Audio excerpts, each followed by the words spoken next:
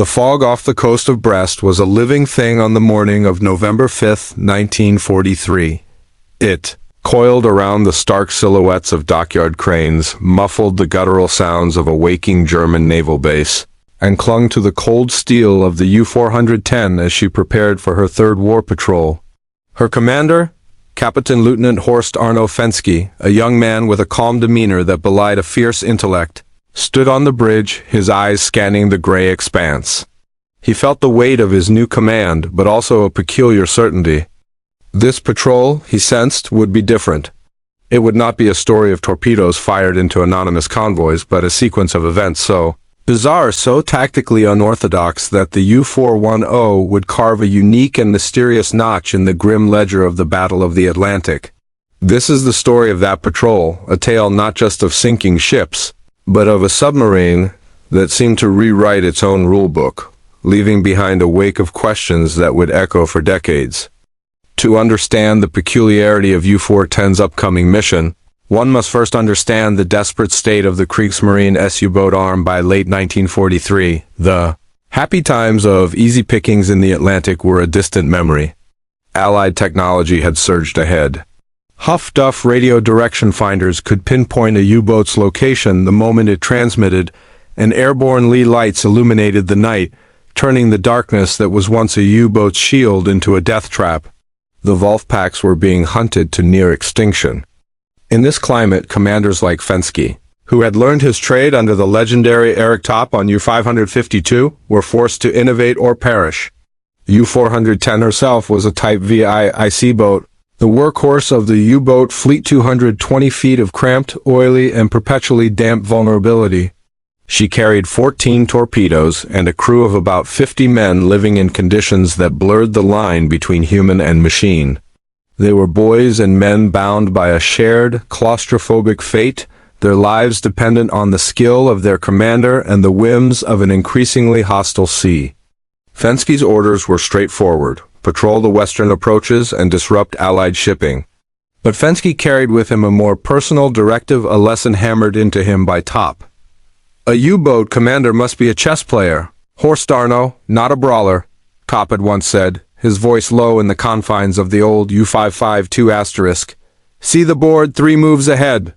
The enemy expects the submerged attack. They expect the night surface attack. You must find what they do not expect. This philosophy would become the guiding principle for U-410's patrol. Fenski pushed the boat west into the rolling, empty vastness of the Atlantic. Days bled into one another, a monotonous cycle of watchkeeping, engine maintenance, and the constant, gnawing tension of the sonar operator's headset. They sighted nothing. The crew grew restless. Then, on November 18th, the lookout's cry shattered the monotony. Smoke on the horizon! Multiple contacts! It was a convoy, a sprawling serpent of merchant ships weaving across the sea, its flanks guarded by vigilant corvettes and destroyers. A classic target. Fenski, however, did not order an immediate dive or a frantic end-around. He remained on the surface, just at the edge of visibility, his binoculars glued to the convoy. He was not just looking at the ships. He was studying the escorts. He noted their patterns, their predictable zigzags. They are dancing to a familiar tune, Heinz, Fenski said to his first watch officer. We shall have to change the music. For 2 days, U-410 shadowed the convoy like a phantom, a patient predator. Then, on the night of November 20th, under a cloak of low cloud and squally rain, Fenski made his move. Instead of attacking from the flanks, he did the unthinkable. He took U-410 on a high-speed surface run behind the convoy. The roar of the diesel engines was a terrifying sound to the crew, a blatant announcement of their presence. Herr Kalu, the escorts ... double quote, the soundman whispered, his voice tight with fear. Fenski's face was a mask of calm. They are looking forward, not backward, he replied softly. He was right. The escorts were focused on the perceived threat from the sides and ahead. Slipping into the convoy's wake, a blind spot churned by the propellers of 30 ships, U-410 found herself in a position of unparalleled advantage. Fenski fired a spread of 3 torpedoes from his stern tubes. The weight was agonizing. Then, Two brilliant flashes illuminated the night, followed by the deep, satisfying thunder of detonation. The 7,000-ton freighter SS Marsa and the tanker SS Athilking were struck. Chaos erupted. The escorts began madly crisscrossing the sea ahead of the convoy, dropping depth charges on phantoms, while U-410s slipped away into the darkness, untouched. It was a masterclass in audacious tactics, a psychological victory as much as a material one. But this was merely the prelude to the main act of the mystery. Days later, U-410 was patrolling closer to the Azores when a new massive contact was reported. It was not a merchantman. It was the HMS Charybdis, a Dido-class anti-aircraft cruiser, a powerful warship displacing over 5,000 tons, escorted by two destroyers. She was a hunter designed to kill aircraft and submarines alike. A conventional commander would have deemed her too dangerous, too fast, too well protected. Fenski saw a different equation. He knew a submerged attack was futile. The cruiser's speed and sonar would make her a near-impossible target. A night surface attack was equally suicidal against her radar-directed guns. So, he chose a third path, one so rare in submarine warfare it was almost mythical, a daylight surface attack in poor visibility. The weather closed in, a fine, misting rain reducing visibility to less than 2 miles. It was a gray, melancholic shroud. Fenski positioned U-410 downwind of the cruiser's predicted path, using the rain and the choppy sea as his allies. The boat lay low in the water, a gray sliver against a gray sea. They waited. The sound of the cruiser's engines grew louder, a deep thrumming through the water.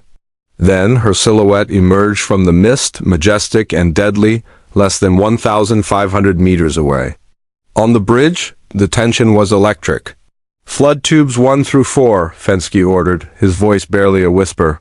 "Final bearing. Stand by ... They were horrifically exposed. A single lookout on the cruiser turning in their direction would mean certain death. Loss. Fenski barked. The U-boat shuddered as 4 torpedoes shot from their bow tubes and streaked towards the unsuspecting warship.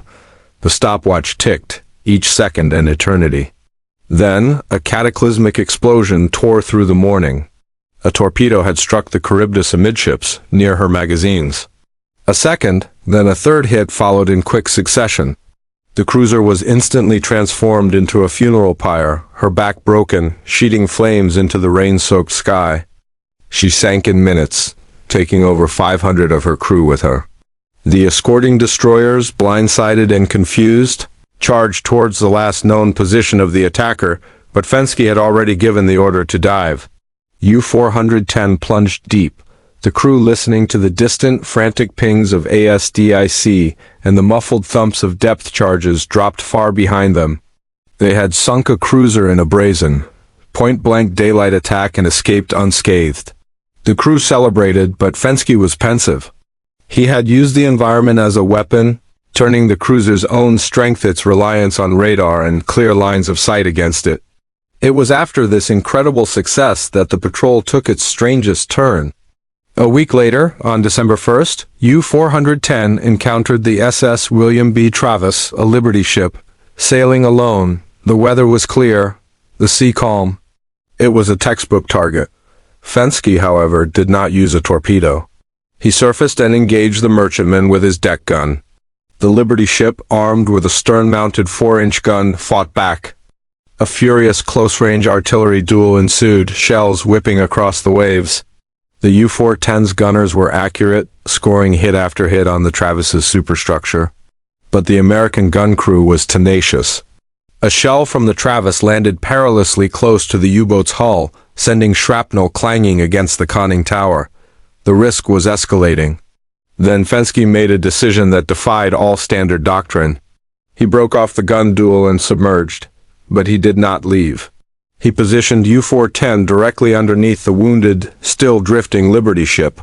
Inside the boat, the atmosphere was thick with confusion and diesel fumes. "What is he doing?" A young seaman whispered to the chief engineer. "The captain is using the ship as a roof," the chief replied, a grim smile on his face. "Her own hull will mask our noise from any escorts, and her screws are still. She is a perfect hiding spot." For over an hour, U-410 rested in the shadow of her prey. The crew could hear the frantic sounds of the Travis S crew trying to save their ship through the hydrophone shouts, hammering, the whine of damaged machinery. It was a surreal, ghostly symphony. Then Fenski gave the order to rise. U-410 broke surface a few hundred meters from the stricken vessel. The Liberty ship's gun was silent now, its crew likely exhausted or believing the U-boat had departed. With cold, surgical precision, Fenski fired a single coup de grace torpedo. It struck the William B. Travis in her vitals, and she sank quickly. It was a chillingly patient and efficient kill. Fenski had used the ship not just as a target, but as a tactical tool, a shield. This was not taught in any Kriegsmarine manual. U-410 returned to Brest on December 18, 1943, a boat hailed as a hero. Fenski was awarded the Knight's Cross.